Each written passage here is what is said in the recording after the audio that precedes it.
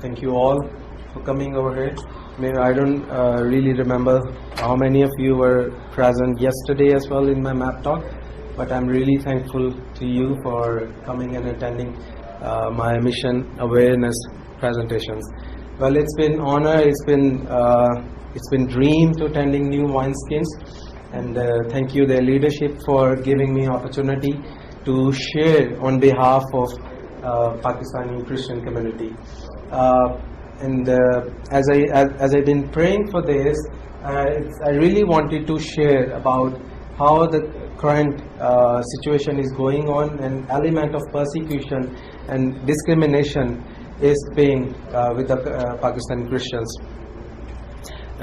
For the introduction, my background, my day job is of software engineer. Particularly, it's an Oracle product, Siebel CRM. I'm Siebel CRM consultant. I have worked for IBM like 5 years, and then I moved to Oracle. But gladly, I got the opportunity to go back to my country and serve over there as well. Along with that, God opened the door for me to serve on the board of the mission as well. So I'm also connected with Ambassador for Christ International. So this is, but because they have a vision, they have mission to enable nationals and make them missionaries. So I've been working as Ambassador for Christ Pakistan. I'm in there. Initially I was part of their board member, but now I have been extensively working in their mission work among their youth, and especially among the bricklayer, which is a topic for me today's presentation. Well, when I was thinking about this topic, in just a recent time, I have good news as well. It's the hatred, the persecution, the biasism is still going on, but at the end I'm here to be the ambassador of Pakistan. I wanted to give some good news out of it and give a hope out of it, so that you can all come to Pakistan one day, not just making you afraid that what the situation is like there. Before you understand the topic, but particularly, it's just wanted to let you know about the hierarchy of topic. I'll be discussing about persecution, not in every sector of life. Not every sector of how the Christian is going on. I hope you have, if you got the news, particularly Christians are facing persecutions, terrorism while doing the prayer, especially on the eve of Easter, Christmas prayers. There have been incidents. I'm not going in that detail. You can see that it's been increasing day by day. Sadly, it has come into the workplace now. But one of the workplace that I would really like to discuss is the bricklayer, because this is the workplace that is giving at least 3% of the GDP of Pakistan and a good revenue to the government. But on the other hand, if you talked about, it says it's completely associated with the Christians. But what kind of Christians the working are there? It's a very good news. At one time I was sharing in the pre-conference that there is a great news that 90% of Christians work in the federal jobs. So they were really amazed that 90% of Christians work in federal jobs, but those jobs are just at grade 1, maybe less than that, sanitary workers. So other than that field, the bricklaying Christians have been facing very sad situations, and this is important. Even though the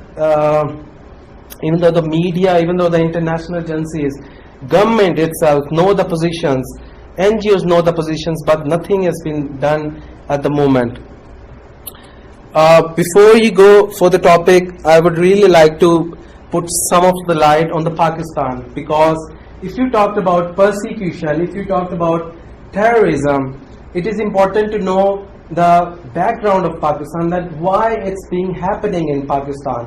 So Pakistan has a neighbor, belongs to the South Asian countries, has a neighbor with India and China and Afghanistan, Iran itself. And I'm sure in plenary, lot of time you would have read the stats of India and China, and I'm not sure how many of you got the stats of Pakistan, because the government doesn't allow to come international agencies to even get the data as well. The moment you will say that, they won't allow you to come and step in Pakistan. Need to pray for this thing as well. But I'm really gladful that the big organizations like Open Door and World Watch have been working on this, and as per their status, Pakistan lies on the number 5 position for the extremism and terrorism status. That's been really sad. So Pakistan got independence in 1947. Before that, they were sharing land with India, and before that they've been under the resolution of British Empire.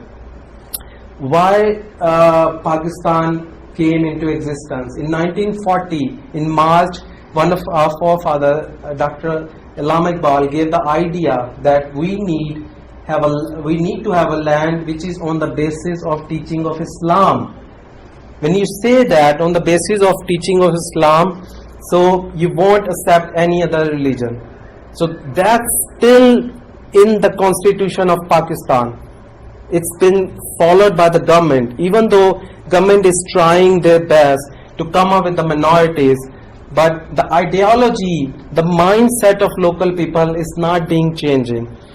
So once he put in 1940, remember that was in 1940, 7 years later, he gave the ideology that we need to have a land. So after that, at least they identified in 4 provinces which are the Muslim majority, and they make them almost 5 provinces at that time. In 70s, one of the province, East Bengal, is separated. It's now a separate city which is called Bangladesh. So 4 provinces got together and they became one country. So the mindset, the base is to have a country which is on the basis of Islam. And when you say Islam, it's about oneness of Allah. You don't accept any other religion. And when you say that, you cannot even talk in front of them about the Son of God, Christ Himself, because for them it's a blasphemy themselves. So this is one of the things which reminds them every day, 5 times in the mosque, that they have to follow the ideology of Islam, and it doesn't allow them to be polite to the other nations. So I'll just quickly go to my topic.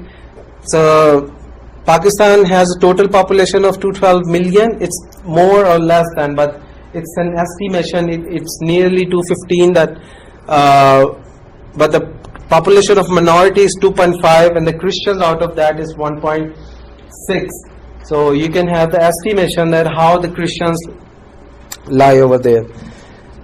Well, as I remember for Pakistan, I remember my family as well, who are back in Pakistan. I remember my kids, and especially I remember my father as well. And I hope all of you would be missing them as well. This is why I want to start with a story, a quick story of a family whose parents were working on the Brooklyn, whom we have been dealing with, and the kids' name are Suleiman, 8 years old, Sonia and Poonam, and even though they have very difficulties, but their parents were working on the Brooklyn with all the challenges, but one sad day their parents didn't come up, and after a day we got to know that what happened to their parents. So that was really shocking and sad what happened to them. Because the kids are sitting over there, I will very quickly skip that photo, and I would like you to focus them as well. So this is what happened with them. A very sad day. At the very Brooklyn, their parents were burned out, lynched literally. Why? Because they have to pay the debt of just $600, a Pakistani almost 70,000 rupees. When they went to the Brooklyn owner and asked some more rupees, some more support for their families, they illegally put the allegation of blasphemy on them. And immediately they announced in the mosque that they have become the element of blasphemy. And as I talked to one of the family member, they said that the kids were waiting for their parents in the evening till night, until in morning they got to know that their parents won't come. They've been burned in that very workplace where they've been used to work. This is the photo right away. You can see some flowers in the middle. The authorities couldn't recover the ashes of them, but that's sad. This is one of the examples that happened to the Christian family at the Brooklyn workplace. It's sadly it's still going on. The pressure is building day by day, even though the government is taking equal measures, it's still not changing. So their parents' name was Shama and Shahzad, the beautiful couple you can see, and it happened almost 3 to 4 years ago, and they were brutalized by a freeze crowd after tearing their clothes, breaking their bones, and can't even describe in the words what happened with them. Gladly now their grandparents are taking care of them as well.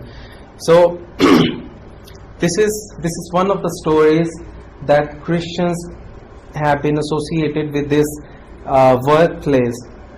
Christians have been working on that, but overall the issues are increasing day by day, and I would quickly like to focus on them. So as far as you know, I was thinking to give a title of this picture, that how would it describe it. So I thought this is a workplace for them, and this is a workplace that you won't even desire to visit, because from very far behind you can see the mud over there, and if the kiln is working, it's a very hot environment in the surrounding, and you cannot even breathe as well in that dark clouds. What is the overall situation at the moment happening with the Brooklyn Christians? There is an estimation of around 20,000 Brooklyn. See, even though the incidents of burning of Christians is happening on the Brooklyn, government is not taking any action against them. They are not asking the owners to close their operations or take some safety measures, or at least a favorable support to the employees. It's been increasing every day. Why? Because it's a very cheap labor, and it has a big revenue for the business. It's a backbone to the construction business, you can say that. It has been associated with the minorities, Christians, because it takes extensive labor work. One individual have to make at least 1,200 bricks in a day, and if he doesn't able to do that, he won't be paid. He has to finish these tasks tomorrow. And as per estimation, around 4 million Christians are working in the bricklane throughout the Pakistan. Most of the bricklane and the worker are in the province of Punjab, but there are some bricklanes in the province of Sindh as well. So these are the major province which have the majority of this. With the passage of time, it has become bounded labor and slavery for the Christians, and because of the debt, the Muslim owners are not letting the Christians go out of this workplace. What are the challenges and the issues? As I said, they are making 1,200 bricks for just $6 in a day, and if they are not able to finish it, they have to do it tomorrow unless they are paid for that. I would quickly associate this task with labor trafficking, because as I said, these sad incidents are happening in Pakistan. As I just mentioned, what happened with the couple, it's more than that. Hopefully at the end I'll put some light on more stories. but it's increasing, and one of the current challenge has become is the labor trafficking. What the labor trafficking is, because the brick lane has become union now.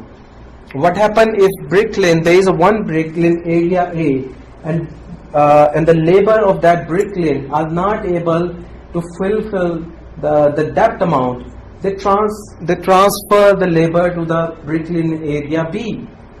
So you can say they sell out to the labor to the area B.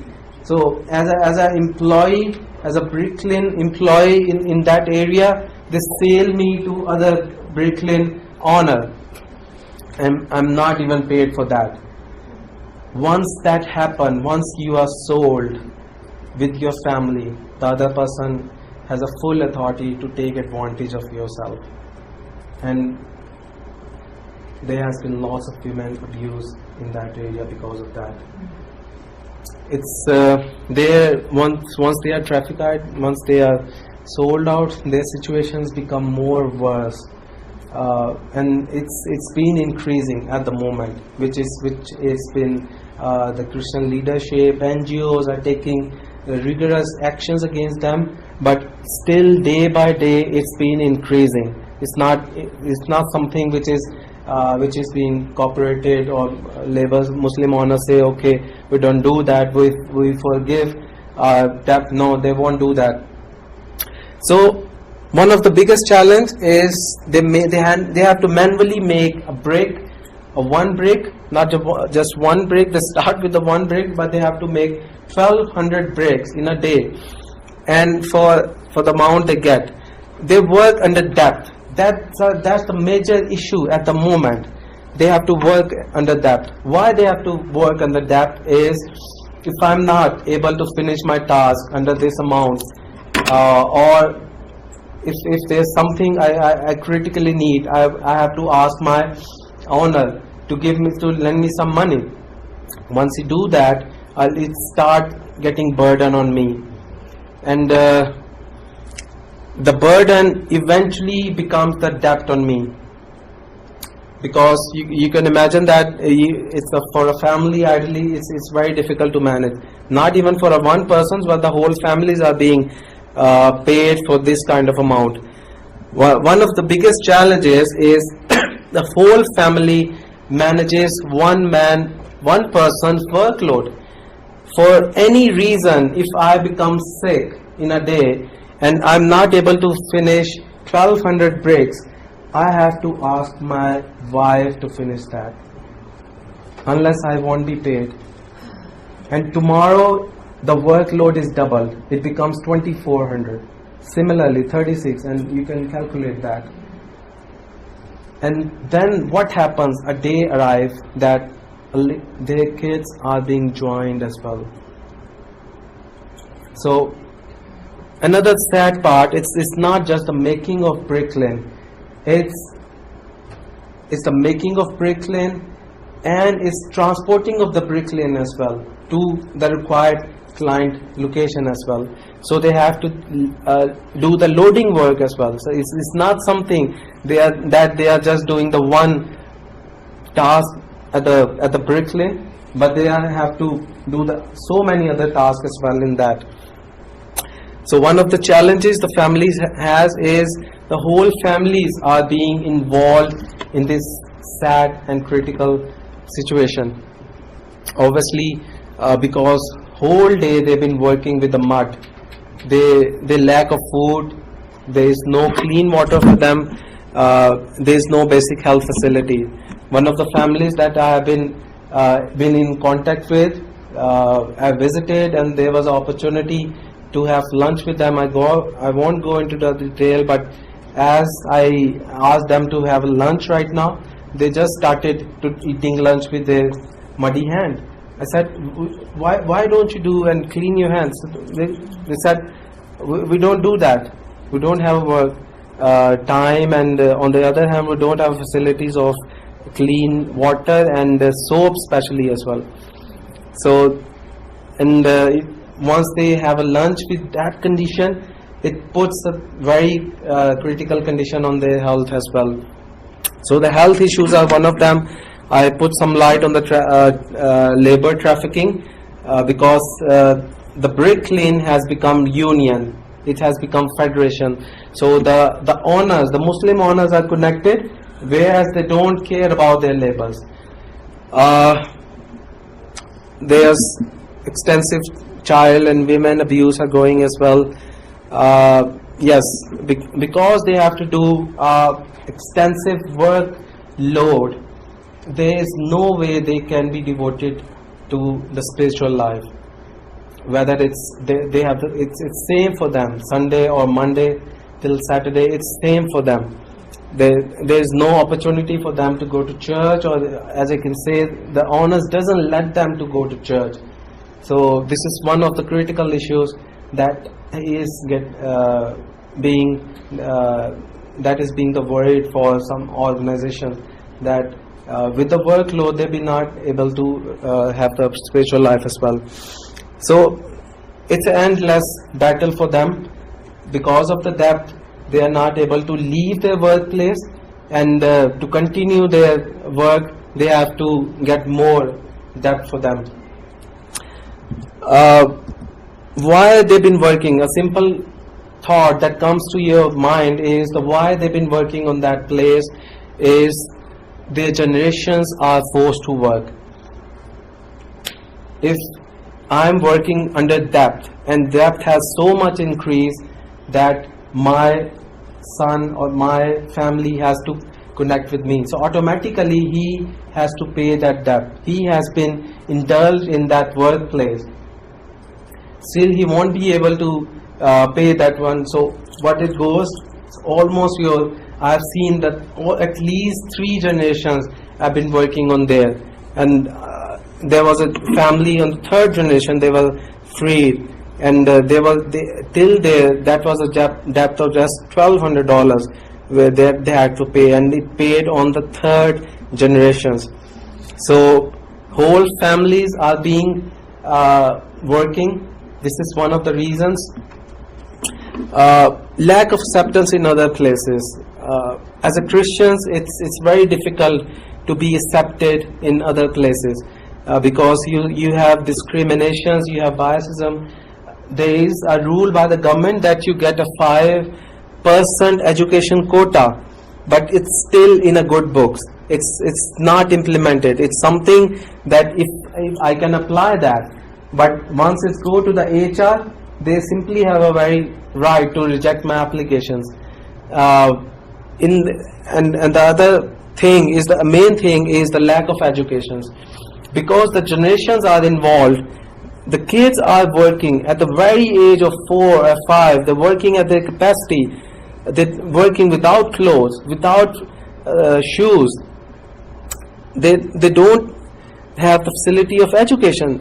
And the practical thing which happens, if you are not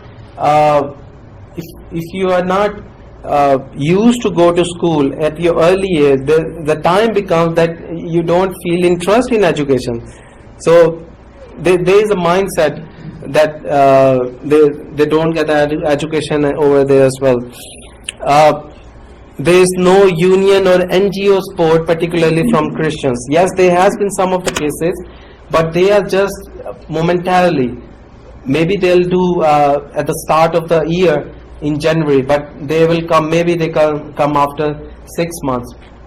So it's not something that, and a law is passed for the Brooklyn for the Brooklyn Christians and protect them continuously and by the government. As I said, hope in persecutions. I would like to get I would like to give you as a light as well. And one of the light is we see the government labor laws, which even though have not been able to that much implemented, but at least by the constitution they have been passed. So which gives them full equal rights if they've been abused. Okay, at least they accept that the person has debt, let him work to pay the debt, but don't torture him. So the rules like this.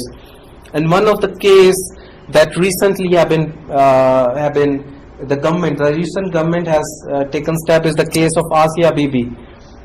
Asia Bibi spent her 9 years in imprisonment, and that was just for an argument with a Muslim woman over the glass of water.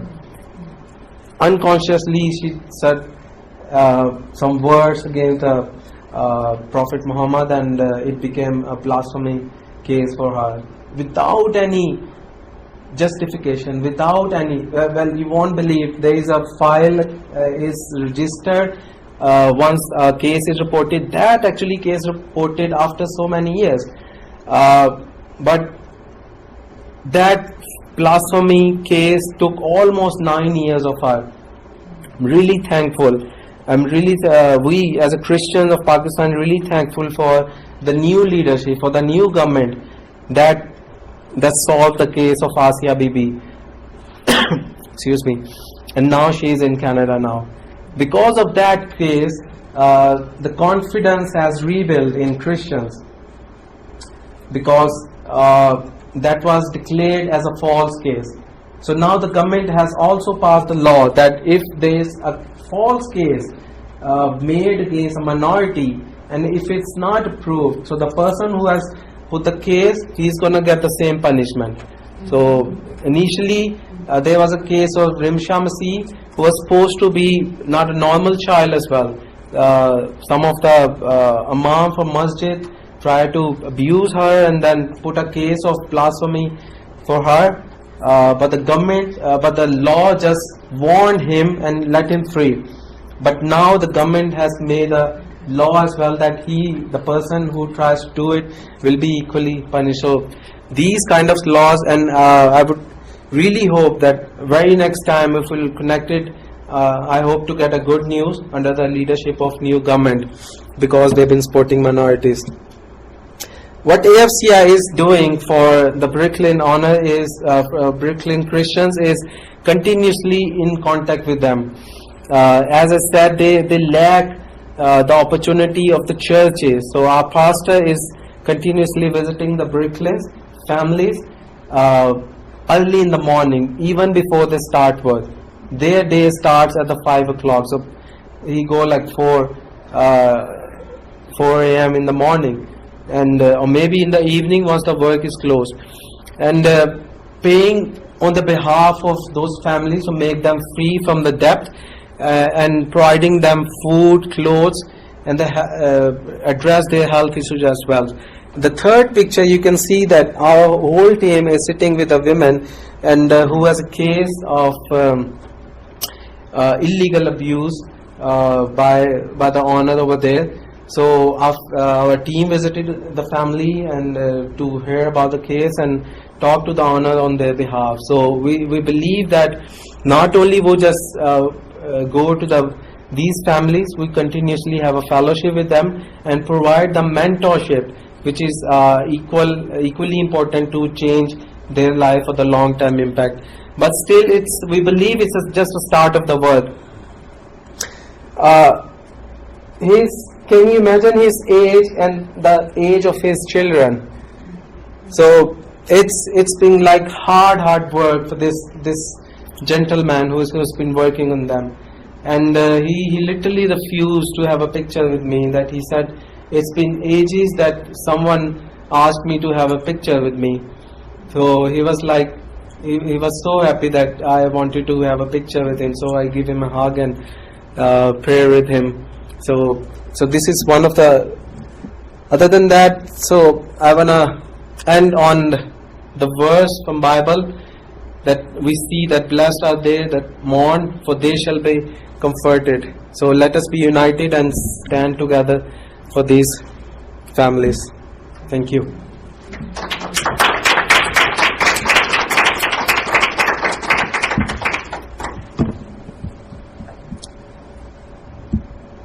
Sorry. So, yeah, sure. Yes. Not questions, but observations and anything as well. Okay. I thought that I understood you to say that there is a church, the last slide that you showed, that is helping some of them to get free and helping them some of them to get clothing and food.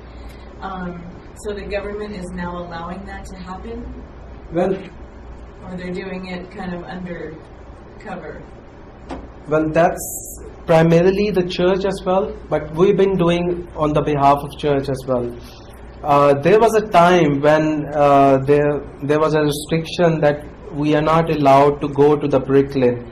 Even media team is not allowed to go to the Brooklyn. There are some Brooklyns as well that they don't allow you to go. But as I said, as we request them, because we are local, as we request them, okay, this family has a debt. This family is working on this Brooklyn, but let us help this family. So it's kind So of it's one not case at a something time. that we will go. We have to request the honor. Simply, we have to request the honor, Muslim honor. Otherwise, they won't let you go. I see. Yeah, because they won't even let go the media team because they cannot allow the media to portray what's going on, Right. and it's a big industry which generates revenue.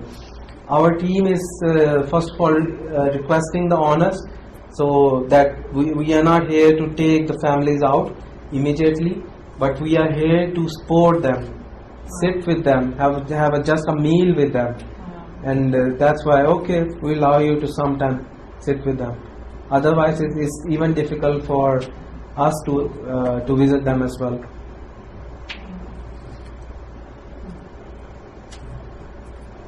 It gives them some hope, right? Amen. Yeah, it does. It does give them hope, but they need some more prayers Yes. because the generations being involved, they are not able to free from that workplace, bricklayer, because they have a fear that we are not acceptable in other places as well. What will do there? So at least we have devoted our life in this. Whatever the situation is, we have to work in there. Yes, please. Is the construction of these bricks in Pakistan, or are they being shipped to other countries? Within Pakistan. Okay. Yeah, within Pakistan. So what happens? They have to make 12 bricks, 1200 bricks in a day, and the next day they let it under the heat. So once it's made, they have to transport it to the construction site. So this is how the thing does. Yes, Peter. And sometimes they also export to Afghanistan, not always true. Yeah. Not particularly from every province of Pakistan, but the thing which is close to Afghanistan, because Pakistan, if you see, currently is lacking behind in the diplomatic relationship with India and Afghanistan at the moment as well. But they have a good relationship with China, but China is a very advanced country. Well, some of the engineers, some of the companies from Indonesia, because they at point they have same issues as well. They offer plant that they make a bricklines, and there is no manual work involved in that. But eventually it come up as a huge cost for those plants. And if you see that how the Indonesia is handling this issue, you will be amazed that they have introduced a technology. Because Pakistan is far behind the technology, they have not been able to address these issues as well. And our community has to deal with this manually as well. We really hope that one day technology would help them to have a revolution in the life. Yes, please. Help us understand how these Christian people keep their faith. I came specifically to hear you today because I personally feel like persecution is eventually going to come to us in America, and we're so unprepared. And we don't know how people keep their faith in these kinds of situations. Help us understand. Yeah, it's very difficult, but we are glad that even a moment of good fellowship, even a moment of good gathering, a prayer, a lunch, give them hope that they are not alone in that place. And at the same time, if in our capacity, we've been working hard to free the family as well. But it's not only taking that family out of that area. We have to plan way ahead for that family, where that family would be as per their capacity. Like you asked a very good questions. One of the families that we have been working with, we made them free from the Brooklyn, and but the family's challenges doesn't stop. The challenges was they started the job. His wife started the job of the housemaid as well. Now the one of the workplace which is also associated with the Christians is the nursing and the housemaid as well. And they have lots of stories in this, how they have been treated in that. So, well, when she started working as a housemaid, so that was again in Muslim owner house. So one day we got to know that she has been abused as well. So we became very sad that we not only we have to make the family out of that place, we have to put them in a very safe place. So provide them not just one. It's you can say it's a lifetime project. It's not just one time you are making family taking out of that. What they would be doing in next 5 or 10 years? Would they have the capacity to fit in any other place? Or if we pay the debt, or still they would be working over there? It doesn't make any sense. So this is thing which still need prayers. Yes. But as you said, how they keep their faith is just the fellowship of us who's been visiting them and praying with them, especially once they don't get the opportunity for any leave. One of the person we found, we got to know him. He said, I don't remember when I took the leave last time.